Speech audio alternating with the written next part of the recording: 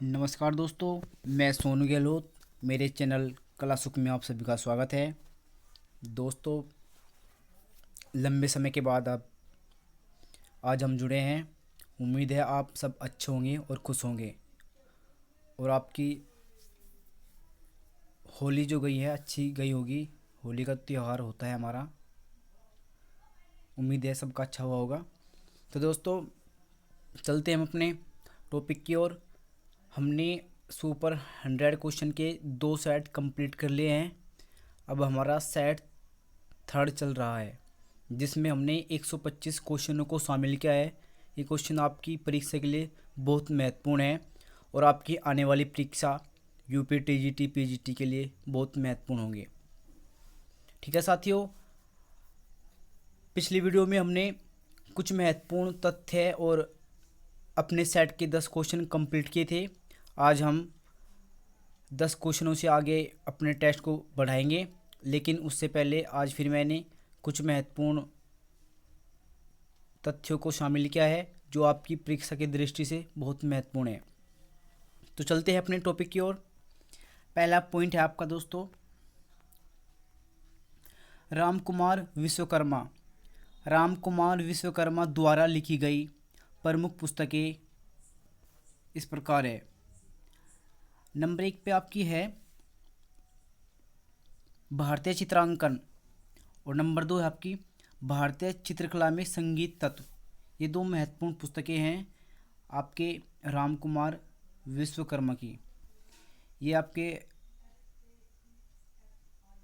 नवीन contemporary artist है और उम्मीद है कि आपकी जो कंटेम्प्रेरी आर्टिस्ट है उनसे आपके क्वेश्चन बने। पिछली बार भी कुछ नए क्वेश्चन नए कलाकारों से निकाले गए थे, तो 2-4 क्वेश्चन आपको इन कलाकारों से देखने को मिल सकते हैं। रामकुमार विश्वकर्मा साथियों, जो रामकुमार है इसी नाम पर कई सारे कलाकार हैं आपके। जैसे ये तो आपके रामकुमार विश्वकर्मा होंगे, जिनकी 2 पुस्तकें इस प्रकार है भारतीय चित्रांकन, भारतीय चित्रकला में संगीत तत्व। लेकिन एक कलाकार हमारे भारत के जो है घनवादी कलाकार आते हैं। ये तो रामकुमार है विश्वकर्मा, एक है हमारे रामकुमार रामकुमार जो भारत के घनवादी कलाकार माने जाते हैं। ठीक है, वैसे तो भारत में घनवाद की शुरुआत सबसे पहले 1920 या 21 में गगनेंद्र नाथ टैगोर ने की थी। गगनेंद्र नाथ टैगोर ने। ठीक है, घनवाद की बात की जाए तो भारत में सबसे पहले गगनी बाबू, जिन्हें हम गगनेंद्र नाथ टैगोर के नाम से जानते हैं, गगनी बाबू, इन्होंने घनवाद की शुरुआत की थी। घनवाद भारत में 1920 या 21 में इन्होंने घनवाद की शुरुआत की थी। लेकिन इनके साथ साथ आपके जो राम कुमार है वो भी घनवादी कलाकार के रूप में जाने जाते हैं। इसके बाद एक कलाकार है आपके आचार्य रामचंद्र शुक्ल।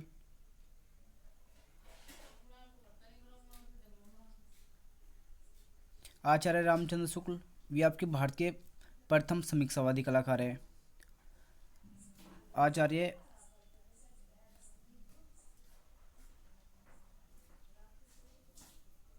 आचार्य नहीं, प्रोफेसर है, प्रोफेसर रामचंद्र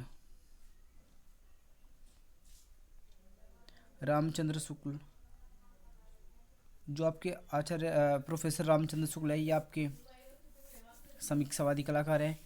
प्रोफेसर रामचंद्र शुक्ल एक आपके आचार्य है जो हिंदी के, आचार्य रामचंद्र शुक्ल जो है वो हिंदी के हैं और प्रोफेसर रामचंद्र शुक्ल ये आपके समीक्षावादी कलाकार है। और एक आपके कलाकार आते हैं ए रामचंद्रन, जो आपके भारत के प्रसिद्ध मूर्तिकार के रूप में जाने जाते हैं। तो कई सारे कलाकार हैं दोस्तों, ऐसे कलाकारों को आप एक जगह इकट्ठे कर कर लिख लेंगे ताकि आपको किसी प्रकार की कोई परेशानी ना हो। चलते हैं दोस्तों अपने अगले पॉइंट की ओर। अगला पॉइंट आपका इस प्रकार से है, लिखा है कि कौन चित्रकार लखनऊ की तंगलियों के आधुनिक संयोजन के लिए प्रसिद्ध है। इसमें आपको जो राइट जवाब है वो आपका मदन लाल नागर। दोस्तों ये जो मदन लाल नागर है ये उत्तर प्रदेश के दृश्य कलाकार माने जाते हैं और वेरी इंपॉर्टेंट है परीक्षा की दृष्टि से, क्योंकि इनसे क्वेश्चन निकल जाता है। उत्तर प्रदेश के दृश्य कलाकार मदन लाल नागर है। जो ये कलाकार है इन्हें भारत का या उत्तर प्रदेश का समकालीन दृश्य कलाकार कहा जाता है। इनके साथ एक कलाकार है हमारे सतीश चंद्र। इस तरह से आपको क्वेश्चन होता है कि उत्तर प्रदेश के जीवित दृश्य कलाकार कौन है, तो वो है आपके सतीश चंद्र। सतीश चंद्र जीवित दृश्य कलाकार है, आपके उत्तर प्रदेश से संबंध रखते हैं। और मदन लाल नागर जो है ये आपके समकालीन कलाकार के रूप में जाने जाते हैं। ठीक है, अगला पॉइंट है आपका अवतार सिंह पवार। अवतार सिंह पवार ने मूर्ति कला की शिक्षा प्राप्त की थी, तो उसमें जो आपका राइट जवाब है दोस्तों वो है आपके राम किंकर बैज। राम किंकर बैज भारत के प्रथम आधुनिक मूर्तिकार के रूप में जाने जाते हैं। क्या? भारत के प्रथम आधुनिक मूर्तिकार, प्रथम आधुनिक मूर्तिकार के रूप में जाने जाते हैं आपके राम किंकर बैज मूर्तिकार। अगर आप बात की जाए दोस्तों कि भारत के प्रथम मूर्तिकार कौन है, तो उसमें आपकी हिरणमय राय चौधरी होंगे। और आपको क्वेश्चन इस तरह से पूछ लिया जाए कि भारत के प्रथम प्रभाववादी मूर्तिकार कौन से हैं, तो उसमें आपका राइट होगा डीपी राय चौधरी, डीपी राय। ठीक है, अगर बात की जाए आधुनिक मूर्तिकार, तो प्रथम आधुनिक मूर्तिकार आपके राम किंकर बैज है, लेकिन प्रथम प्रभाववादी मूर्तिकार आपके डीपी राय चौधरी है। लेकिन भारत के प्रथम मूर्तिकार कौन है, तो उसमें आपके राइट हो गए हिरणमय राय चौधरी। तीनों ही क्वेश्चन अपनी जगह बहुत महत्वपूर्ण हैं और बार बार रिपीट होते हैं। और दोस्तों मैंने इन कलाकारों पर पीछे वीडियो बनाई हैं, जो साथी नए हैं वो जाकर चैनल पर नई वीडियो देख सकते हैं। चलते हैं दोस्तों अपने अगले पॉइंट की ओर। सभी के सभी पॉइंट बहुत इंपॉर्टेंट है परीक्षा की दृष्टि से। अगला पॉइंट है आपका कि अवतार सिंह पवार का प्रिय माध्यम क्या है, तो उसमें आपका राइट है प्रस्तर। प्रस्तर बोलते हैं हम पत्थर को। ठीक है, पत्थर अवतार सिंह पवार का प्रिय माध्यम रहा है। और जो आपके अवतार सिंह पवार है इनकी प्रसिद्ध कृति है सुजाता। सुजाता जो राज्य ललित कला अकादमी लखनऊ में संग्रहित है। वेरी इंपॉर्टेंट है इनकी, जो बार बार रिपीट होती रहती हैं। जो आपके अवतार सिंह पवार है इनकी प्रसिद्ध कृति है जिसका नाम है सुजाता। सुजाता प्रसिद्ध कृति है अवतार सिंह पवार की। और जो ये सुजाता है ये इनकी रखी है राज्य ललित कला अकादमी लखनऊ में संग्रहित है। वेरी इंपॉर्टेंट है परीक्षा की दृष्टि से। चलते हैं साथियों अपने अगले क्वेश्चन की ओर। आपका अगला क्वेश्चन इस प्रकार से है, उत्तर प्रदेश के प्रमुख छापाकार या प्रिंट मेकर कौन है। वेरी इंपॉर्टेंट क्वेश्चन है दोस्तों आपका। इस तरह के क्वेश्चन आपके भले ही नेट की परीक्षा भी हो उसमें भी आपको देखने को मिलते हैं। तो उत्तर प्रदेश की आपकी वैकेंसी जो आ रही है वो यूपी टीजीटी पीजीटी से है। तो जितने भी उत्तर प्रदेश के कलाकार हैं एग्जामिनर ऐसे कलाकार को टारगेट करता है, तो आप उत्तर प्रदेश के सभी कलाकार अच्छे से पढ़ेंगे। इसमें कहता है कि उत्तर प्रदेश के प्रमुख छापाकार और प्रिंट मेकर कौन है, तो उसमें आपका राइट जवाब है दोस्तों जय कृष्णा अग्रवाल, दीपक बनर्जी। वेरी इंपॉर्टेंट क्वेश्चन है आपका, वेरी इंपॉर्टेंट। दोनों ही कलाकार उत्तर प्रदेश से संबंध रखते हैं और उत्तर प्रदेश के छापाकार और प्रिंट मेकर हैं। इसके साथ ही श्याम शर्मा, मनोहर लाल, गोपाल दत्त शर्मा कलाकार शामिल किए हैं। लेकिन इन सभी कलाकारों में आपके जयकृष्ण अग्रवाल और दीपक बनर्जी वेरी इंपॉर्टेंट है, जो आपके बार बार रिपीट होते हैं। लेकिन आप सभी कलाकारों पर नज़र डाल लेंगे, क्या पता कौन सा कलाकार इस बार पूछ लिया जाए। तो ये सभी के सभी कलाकार आपके छापाकार और प्रिंट मेकर है उत्तर प्रदेश के। चलते हैं साथियों अपने अगले क्वेश्चन की ओर। अगला जो क्वेश्चन है आपका, लिखा है कि ईसा मसीह के जीवन की करुणा को अपने जलरंग वास चित्रों के माध्यम से प्रस्तुत किया है किसने? वेरी इंपॉर्टेंट है। तो इसमें आपका राइट है फ्रैंक वेजली। फ्रैंक वेजली ने जलरंग वॉस में ईसा मसीह के जीवन को प्रस्तुत किया है। इंपॉर्टेंट क्वेश्चन है क्योंकि आपका क्वेश्चन निकलता रहता है कि ईसा मसीह के सबसे अधिक चित्र किसने बनाए हैं और सबसे पहले किसने बनाए हैं, या फिर अब की बार ये पूछ लेता है कि वॉस पद्धति में किसने बनाया है। तो वॉस पद्धति में आपका बनाया है फ्रैंक वेजले ने। वैसे भारत में ईसा मसीह के ऊपर चित्र एम.एफ. हुसैन, आधुनिक कलाकार अमृता शेरगिल, यामिनी रॉय आदि कई कलाकारों ने यामिनी रॉय ईसा मसीह पर चित्र बनाए हैं। और आपके मुगल काल में भी अबुल हसन ने ईसा मसीह का चित्रण कार्य किया है। वेरी इंपॉर्टेंट पॉइंट निकलता है आपका। इस तरह से निकलता है क्वेश्चन कि मुगल काल में किस शासक के शासनकाल में ईसा मसीह के जीवन पर चित्रण कार्य हुआ है? तो उसमें आपका राइट होगा जहांगीर के समय अबुल हसन ने ईसा मसीह का चित्रण कार्य किया था। ठीक है साथियों, चलते हैं अपने अगले पॉइंट की ओर। सभी के सभी पॉइंट बहुत इंपॉर्टेंट है परीक्षा की दृष्टि से। अगला पॉइंट है आपका लघु आकार के जल रंग दृश्य चित्र बनाने के लिए ख्याति किसने अर्जित की? वेरी इंपॉर्टेंट क्वेश्चन है आपका। लघु आकार के जल रंग दृश्य चित्र बनाने के लिए ख्याति प्राप्त किया है। तो इसमें आपका राइट है वीरेश्वर सेन। वेरी इंपॉर्टेंट कलाकार है आपके और जल रंग के लिए जाने जाते हैं वीरेश्वर सेन। वैसे तो वास शैली का जादूगर बद्रीनाथ आर्य कहा जाता है और वो भी आपके दृश्य कलाकार थे, लेकिन उनके साथ साथ वीरेश्वर सेन का भी नाम आता है। वीरेश्वर सेन हो गए आपके, बद्रीनाथ आर्य, सतीश चंद्र, मदनलाल नागर, ये सभी के सभी कलाकार वेरी इंपॉर्टेंट हैं। चलते हैं साथियों अपने अगले पॉइंट की ओर। अगला पॉइंट है आपका कि विजिटिंग कार्ड और पोस्ट कार्ड के आकार में लघु दृश्य चित्र जलरंग माध्यम में किसने तैयार किए हैं? तो उसमें आपका राइट दोस्तों वीरेश्वर सेन होगा। वीरेश्वर सेन ने पोस्ट कार्ड के आकार में लघु दृश्य चित्र, लघु मतलब छोटे चित्रों का निर्माण किया है वॉस या जलरंग माध्यम में। वेरी इंपॉर्टेंट क्वेश्चन है। चलते हैं साथियों अपने अगले क्वेश्चन की ओर। अगला क्वेश्चन आपका इस प्रकार से है, द्वारिका प्रसाद धूलिया पर किस यूरोपीय शैली का अधिक प्रभाव है? तो उसमें आपका राइट जवाब है प्रभाववाद का। द्वारिका प्रसाद धूलिया पर किस यूरोपीय शैली का अधिक प्रभाव है? तो प्रभाववाद का प्रभाव रहा है। इंपॉर्टेंट क्वेश्चन है आपका। चलते हैं साथियों अपने अगले क्वेश्चन की ओर। अगला क्वेश्चन है आपका, प्रोफेसर रामचंद्र शुक्ल द्वारा लिखी गई पुस्तकें कौन कौन सी है? वेरी इंपॉर्टेंट पुस्तकें हैं आपकी दोस्तों।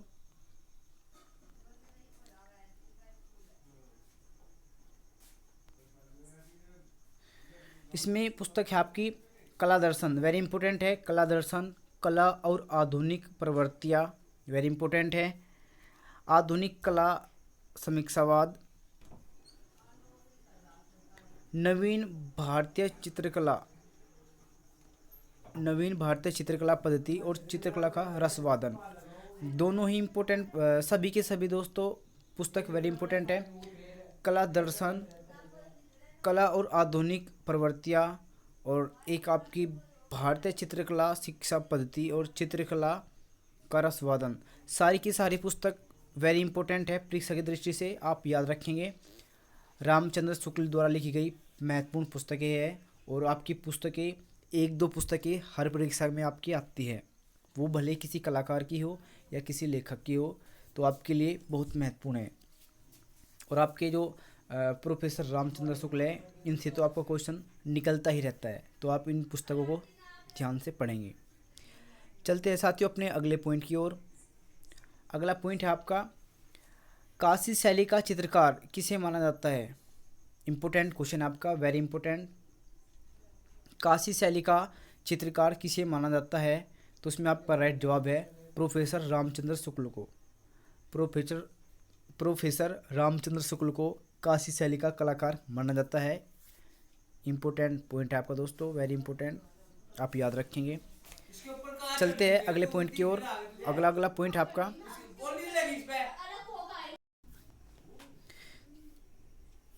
इम्पोर्टेंट क्वेश्चन आपका, काशी शैली का चित्रकार माना जाता है आपका प्रोफेसर रामचंद्र शुक्ल को। चलते हैं दोस्तों अपने अगले पॉइंट की ओर। आपका अगला पॉइंट इस प्रकार से है, डॉक्टर जगदीश गुप्त द्वारा लिखी प्रमुख पुस्तकें। डॉक्टर जगदीश गुप्त द्वारा लिखी प्रमुख पुस्तकें, तो इसमें आपके जो राइट होगी भारतीय कला के पद चिन्ह, वेरी इंपॉर्टेंट है। भारतीय कला के पद चिन्ह और प्रागैतिहासिक भारतीय चित्रकला। ये पुस्तक तो आपकी कोई ही एग्ज़ाम बचा होगा जिसमें ये आई ना हो, ये तो आपकी बार बार रिपीट होती है। और ये जो आपकी पुस्तक है भारतीय कला के पद चिन्ह, ये भी वेरी इंपॉर्टेंट है। और दोस्तों आने वाली परीक्षा के लिए ये बहुत महत्वपूर्ण है, ठीक है, क्योंकि कई बार आपकी ये पुस्तक तो प्रागैतिहासिक भारतीय चित्रकला तो रिपीट हो चुकी है, और भारतीय कला के पद चिन्ह ये भी आपकी इम्पोर्टेंट पुस्तक है, आप याद रखेंगे। चलते हैं साथियों अपने अगले पॉइंट की ओर। आपका अगला पॉइंट इस प्रकार से है, किसने अपने तेल चित्रों में बंगाल स्कूल के वास चित्रों जैसा प्रभाव उत्पन्न किया है? वेरी इंपॉर्टेंट क्वेश्चन आपका, वेरी इंपॉर्टेंट क्वेश्चन है आपका। किसने अपने तेल चित्रों में बंगाल स्कूल के वास चित्रों जैसा प्रभाव उत्पन्न किया है? तो उसमें जो आपका राइट जवाब है दोस्तों वो है आपका बद्रीनाथ आर्य। बद्रीनाथ आर्य, जिसे वो शैली का जादूगर कहा जाता है, वो शैली का जादूगर, वो शैली का जादूगर कहा जाता है दोस्तों। और इन्होंने अपने चित्रों में बंगाल स्कूल के वास चित्रों जैसा प्रभाव उत्पन्न किया है, वेरी इंपॉर्टेंट क्वेश्चन है। चलते हैं साथियों अपने अगले क्वेश्चन की ओर। आपका अगला क्वेश्चन है कि उत्तर प्रदेश के किस चित्रकार ने अपने रेखा चित्रों के लिए ख्याति अर्जित की है? तो उसमें जो आपका राइट है दोस्तों वो है आपका डॉक्टर जगदीश गुप्त ने अपने रेखा चित्रों के लिए ख्याति अर्जित की है, वेरी इंपॉर्टेंट क्वेश्चन है दोस्तों। ये थे हमारी आज की वीडियो में कुछ महत्वपूर्ण तथ्य परीक्षा की दृष्टि से, और ये बहुत महत्वपूर्ण है, आप इन्हें बार बार रिवाइज करेंगे ताकि आपके याद रहे, ठीक है दोस्तों। अब चलते हैं हम अपनी सीरीज की ओर, जिसके हमने 10 क्वेश्चनों को कंप्लीट कर लिया है, और आगे जो क्वेश्चन हमने शामिल किए हैं आज उन्हें हम पढ़ेंगे, और सभी के सभी क्वेश्चन सिलेक्टेड है और वेरी इंपॉर्टेंट है आपकी परीक्षा की दृष्टि से। तो दोस्तों आज का आपका क्वेश्चन नंबर 11 इस प्रकार से है। क्वेश्चन है कि कले में कितना गुना पानी मिलाना चाहिए? कले में कितने गुना पानी मिलाना चाहिए? ऑप्शन ए है आपका 4 गुना, बी है आपका 3 गुना, सी है आपका 2 गुना, और डी है आपका बराबर। तो दोस्तों जिसमें आपका राइट जवाब होगा वो होगा आपका 3 गुना। 3 गुना बी ऑप्शन आपका राइट होगा। जब हम क्ले में कार्य करते हैं, क्ले होती है आपकी मिट्टी को हम सेरेमिक भी कहते हैं, तो मिट्टी में जब काम करते हैं उसे हम भिगोते हैं और मतलब कि मूर्ति बनाने के लिए या फिर कोई आवाक्ष बनाने के लिए उसे हम तैयार करते हैं, तो उसमें 3 गुना पानी मिलाया जाता है, और ये क्वेश्चन आपका इम्पोर्टेंट है, इसे आप याद रखेंगे, ठीक है दोस्तों। तो उसमें आपका राइट बी ऑप्शन होगा।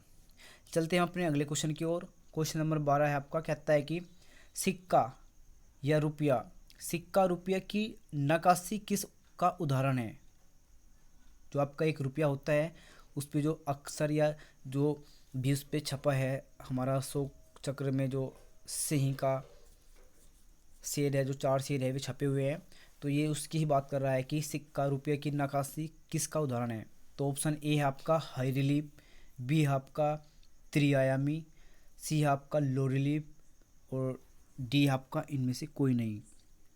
तो दोस्तों इसमें जो आपका राइट जवाब है वो है आपका लो रिलीफ का उदाहरण है। लो रिलीफ क्योंकि वो कम उभरा हुआ है, अगर वो हाई रिलीफ होता तो उसमें चीज़ें और भी ज़्यादा उभर कर आती।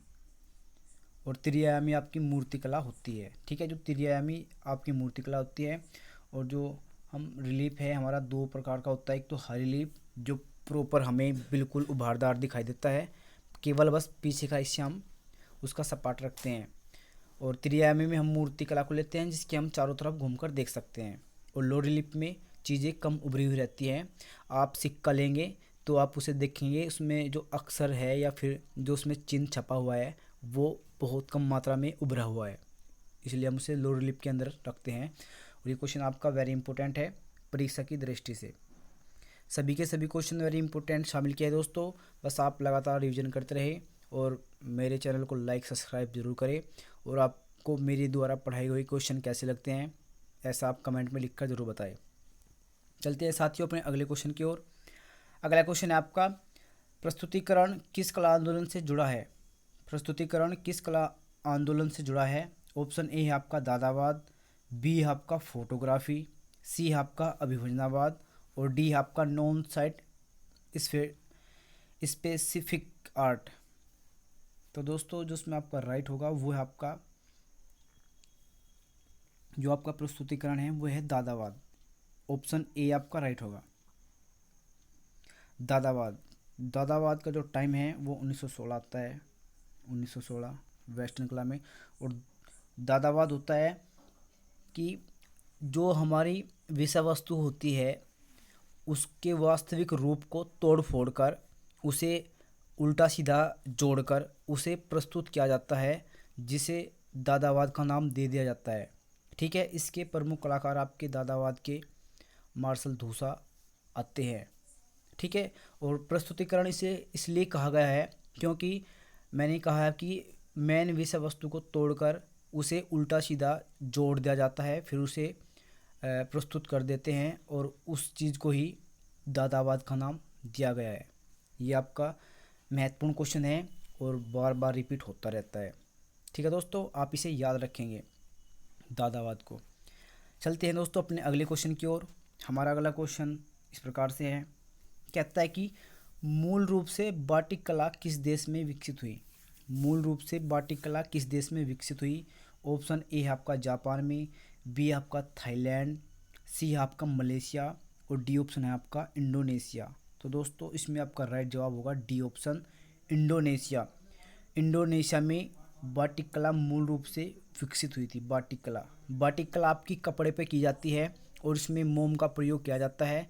आपका क्वेश्चन निकल जाता है कि कौन सी कला कपड़े पर की जाती है, तो आपकी बाटिक कला। और किस कला को करने के लिए मोम का प्रयोग किया जाता है, तो आपकी बाटिक कला में ही मोम का प्रयोग किया जाता है। वेरी इंपॉर्टेंट क्वेश्चन है दोस्तों आपका, ये आप याद रखेंगे। चलते हैं साथियों अपने अगले क्वेश्चन की ओर। आपका अगला क्वेश्चन इस प्रकार से है, धनराज भगत के शिल्प में वेल्डेड कॉपर प्रयोग हुआ है। मतलब कि ये कहता है कि जो आपके धनराज कलाकार है इसका जो शिल्प है वेल्डेड कॉपर, इसमें जो वेल्डेड कॉपर है ये किस कृति में या किस मूर्ति में प्रयोग किया गया है? जो आपके धनराज भगत है ये एक मूर्तिकार है आपके। तो जो इसकी एक कृतियाँ है या मूर्तियाँ है, तो इसमें ये पूछता है कि किस मूर्ति में या किस शिल्प में वेल्ड कॉपर का प्रयोग किया गया है। ऑप्शन ए है आपका दक्किस, बी है आपका बांसुरी वादक, सी है आपका कॉस्मिक मैन, और डी है आपका इनमें से कोई नहीं। तो दोस्तों इसमें जो आपका राइट जवाब होगा वो है आपका बांसुरी वादक। बांसुरी वादक में वेल्ड कॉपर का प्रयोग किया है। वेरी इंपॉर्टेंट क्वेश्चन है दोस्तों आपका, और धनराज आपके मूर्ति कलाकार है। चलते हैं अपने अगले क्वेश्चन की ओर। आपका अगला क्वेश्चन इस प्रकार से है, कहता है कि औरंगजेब ने दक्षिण में जिन दो राज्यों को विजय किया था वे कौन थे, या वह कौन है या कौन थे? तो उसमें ऑप्शन ए है आपका अहमदनगर व बीजापुर, बी है आपका बीदर व बीजापुर, सी है आपका बीजापुर व गोलकुंडा, और डी है आपका गोलकुंडा व अहमदनगर।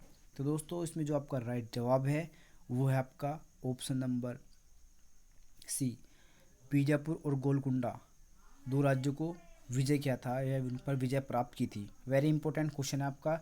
और ये जो आपकी बीजापुर, गोलकुंडा या अहमदनगर और भी शैली दी गई है, ये आपकी दक्षिणी शैली है, दक्षिणी शैली की उपशैली है, जिसमें से आपकी बीजापुर प्रमुख मानी जाती है। जहाँ आपका बीजापुर जो है आपका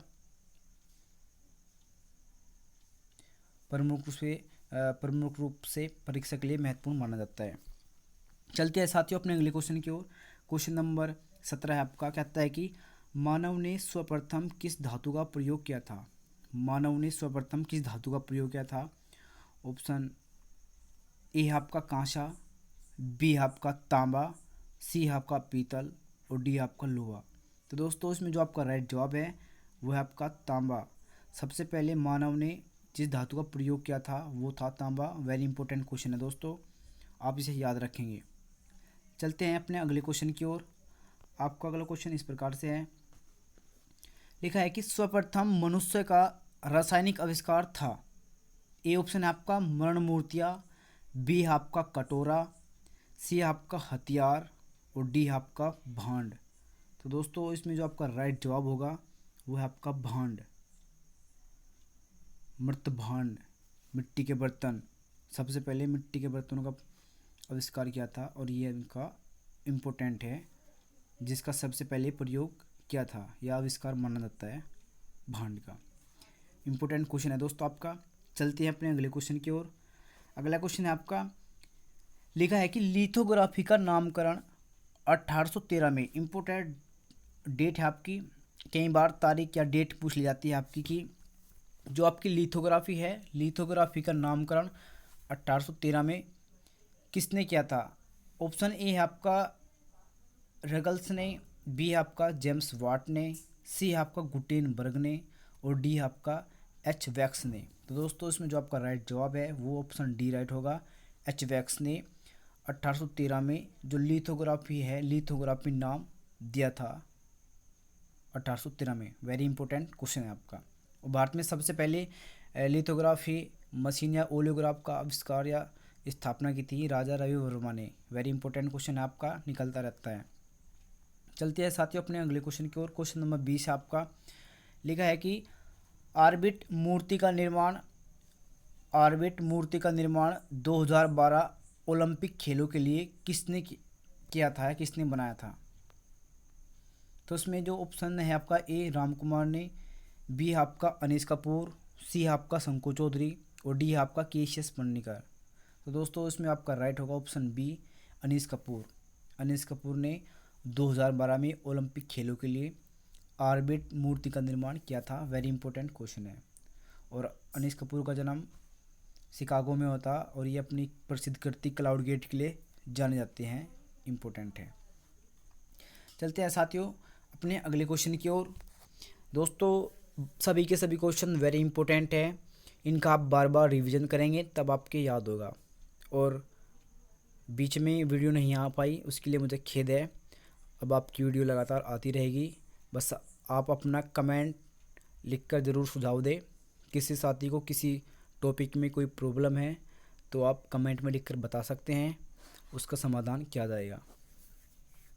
चलते हैं दोस्तों अपने अगले क्वेश्चन की ओर। आपका अगला क्वेश्चन इस प्रकार से है। क्वेश्चन नंबर 21 आपका कहता है कि मुगल चित्रकला का पुराना घर कहाँ था? मुगल चित्रकला का पुराना घर कहाँ था? ऑप्शन ए है आपका नेपाल में, बी है आपका इराक में, सी है आपका ईरान में और डी है आपका चाइना में। तो दोस्तों इसमें आपका जो राइट जवाब होगा वो सी ऑप्शन राइट होगा, ईरान। ईरान मुगल शैली का पुराना घर माना जाता है। वेरी इंपॉर्टेंट क्वेश्चन है आपका। चलते हैं साथियों अपने अगले क्वेश्चन की ओर। आपका अगला क्वेश्चन है लिखा है कि मारूरागनी चित्र किसका है? मारूरागनी चित्र किसका है? ऑप्शन ए है आपका शहाबुद्दीन, बी है आपका दानाबाटी, सी है आपका गोपीचंद्र और डी है आपका मूलचंद्र। तो दोस्तों इसमें जो आपका राइट जवाब होगा वो है आपका शहाबुद्दीन। मारूरागनी का चित्र शहाबुद्दीन नामक कलाकार ने बनाया है और शहाबुद्दीन कलाकार जो है इनका संबंध मेवाड़ शैली से है। इंपॉर्टेंट क्वेश्चन है आपका, आप याद रखेंगे। चलते हैं दोस्तों अपने अगले क्वेश्चन की ओर। आपका अगला क्वेश्चन इस प्रकार से है, लिखा है कि प्राचीन काष्ठ उरेहण प्राचीन काष्ठ उरेहण चित्र किस पहाड़ी राज्य से प्राप्त हुआ है? वेरी इंपॉर्टेंट क्वेश्चन है दोस्तों, परीक्षा की दृष्टि से वेरी इंपॉर्टेंट। प्राचीन काष्ठ उरेहण चित्र किस पहाड़ी राज्य से प्राप्त हुआ है? ऑप्शन ए है आपका बसोली शैली से, बी है आपका चंबा शैली से, और सी है आपका कुल्लू शैली से, डी ऑप्शन है आपका नूरपुर से। तो दोस्तों जो इसमें आपका राइट जवाब है वो ऑप्शन बी राइट है, चंबा शैली से प्राप्त हुआ है। लकड़ी का जो भी कार्य है या जो काष्ठ उड्डयन या काष्ठ में जो कार्य किया गया है वो आपका चंबा शैली से है, और चंबा शैली आपकी रुमाल पर चित्रकारी के लिए जानी जाती है। वेरी इंपॉर्टेंट क्वेश्चन है आपका। ठीक है दोस्तों, चलते हैं अपने अगले क्वेश्चन की ओर। आपका अगला क्वेश्चन नंबर 24 है। लिखा है कि तख्ते ताउस पर शाहजहां किस ग्रंथ पर चित्रित हुआ है? किस ग्रंथ पर चित्रित हुआ है? ऑप्शन ए है आपका आईन अकबरी, बी है आपका जहांगीरनामा, सी है आपका बाबरनामा, और डी है आपका पादशाहनामा। दोस्तों ये क्वेश्चन आपका वेरी इंपॉर्टेंट है, बहुत बहुत इंपॉर्टेंट है आपका, क्योंकि तख्ते ताउस पर शाहजहां किस ग्रंथ में चित्रित हुआ है? तो उसमें जो आपका राइट है वो आपका पादशाहनामा, डी ऑप्शन राइट होगा। पादशाहनामा में तख्ते ताउस पर शाहजहां को चित्रित किया गया है। वेरी इंपॉर्टेंट क्वेश्चन है। चलते हैं दोस्तों अपने अगले क्वेश्चन की ओर। आपका अगला क्वेश्चन इस प्रकार से है। कहता है कि निम्न में से कांगड़ा शैली का चित्रकार कौन है? निम्न में से कांगड़ा शैली का चित्रकार कौन है? ऑप्शन ए है आपका श्यामलाल, बी है आपका पन्नालाल, और सी है आपका रामलाल, डी है आपका कुशनलाल। तो दोस्तों इसमें जो आपका राइट जवाब होगा वो है आपका ऑप्शन नंबर डी, कुशनलाल। कांगड़ा शैली का चित्रकार कुशनलाल है। वेरी इंपॉर्टेंट क्वेश्चन है आपका। हर शैली से क्वेश्चन आ जाता है, किसी कलाकार का, किसी राजा का या किसी चित्र का बायोडाटा पूछ लिया जाता है। तो आप हर विषय को बड़ी ध्यान से समझेंगे, क्योंकि आपकी परीक्षा की डेट कभी भी आ सकती है। लगभग आपका पेपर जून या अगस्त के आसपास होगा। आपके पास थोड़ा सा समय है, आप उसका सदुपयोग करें ताकि आपको आने वाले समय में किसी प्रकार की कोई परेशानी ना हो। ठीक है दोस्तों, चलते हैं हम अपने अगले क्वेश्चन की ओर। ये जो समय है ये बहुत कीमती है, आप इसका अच्छे से प्रयोग करें ताकि आप भविष्य में एक अच्छे टीचर बन सकें। आज की वीडियो का क्वेश्चन नंबर 26 है हमारा। दोस्तों सभी क्वेश्चन बहुत इम्पोर्टेंट है, आप इनका बार बार रिवाइज करेंगे। मैं आपसे बार बार यही कह रहा हूँ, क्योंकि इसमें आपका बेनिफिट है और आपके लिए ये क्वेश्चन बहुत लाभदायक हैं। चलते हैं क्वेश्चन की ओर। क्वेश्चन में लिखा है कि सौंदर्य भगवान का हस्तलेख है, ये कथन किसका है? इंपॉर्टेंट क्वेश्चन है दोस्तों आपका। सौंदर्य भगवान का हस्तलेख है, ये कथन किसका है?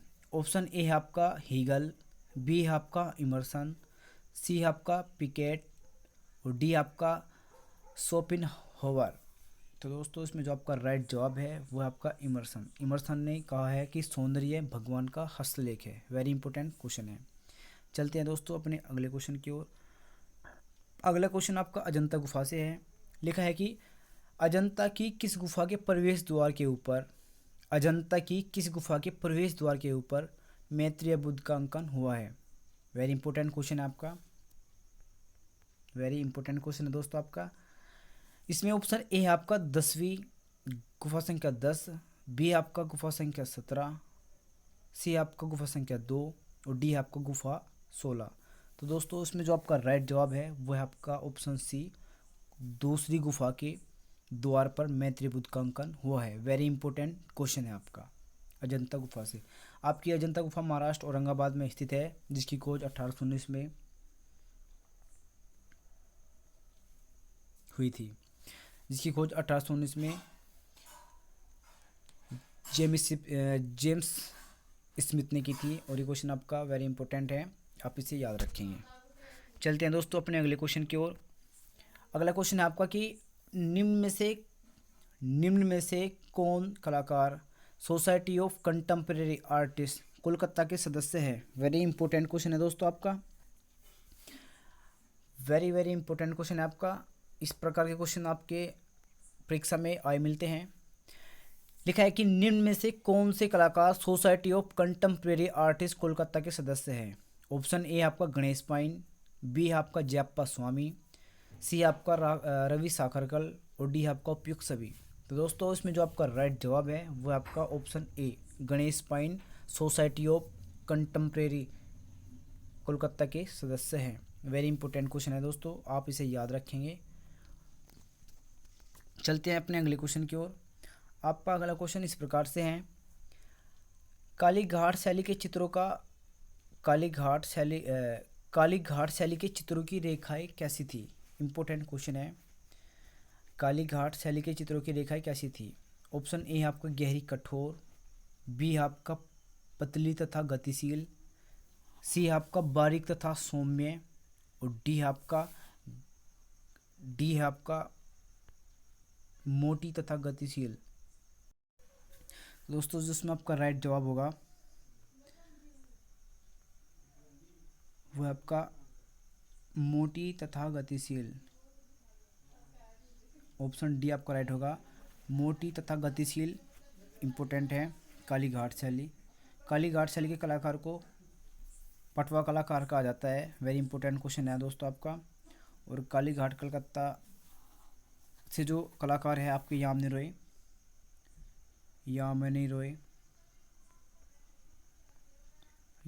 बहुत प्रभावित थे। ठीक है, जो कालीघाट कलकत्ता शैली है आपकी, इससे यामिनी रॉय जो कलाकार है बहुत प्रभावित थे और यहाँ से उन्होंने प्रेरणा ली थी। इम्पोर्टेंट क्वेश्चन आपका। चलते हैं दोस्तों आज की वीडियो के हम अपने अंतिम क्वेश्चन की ओर।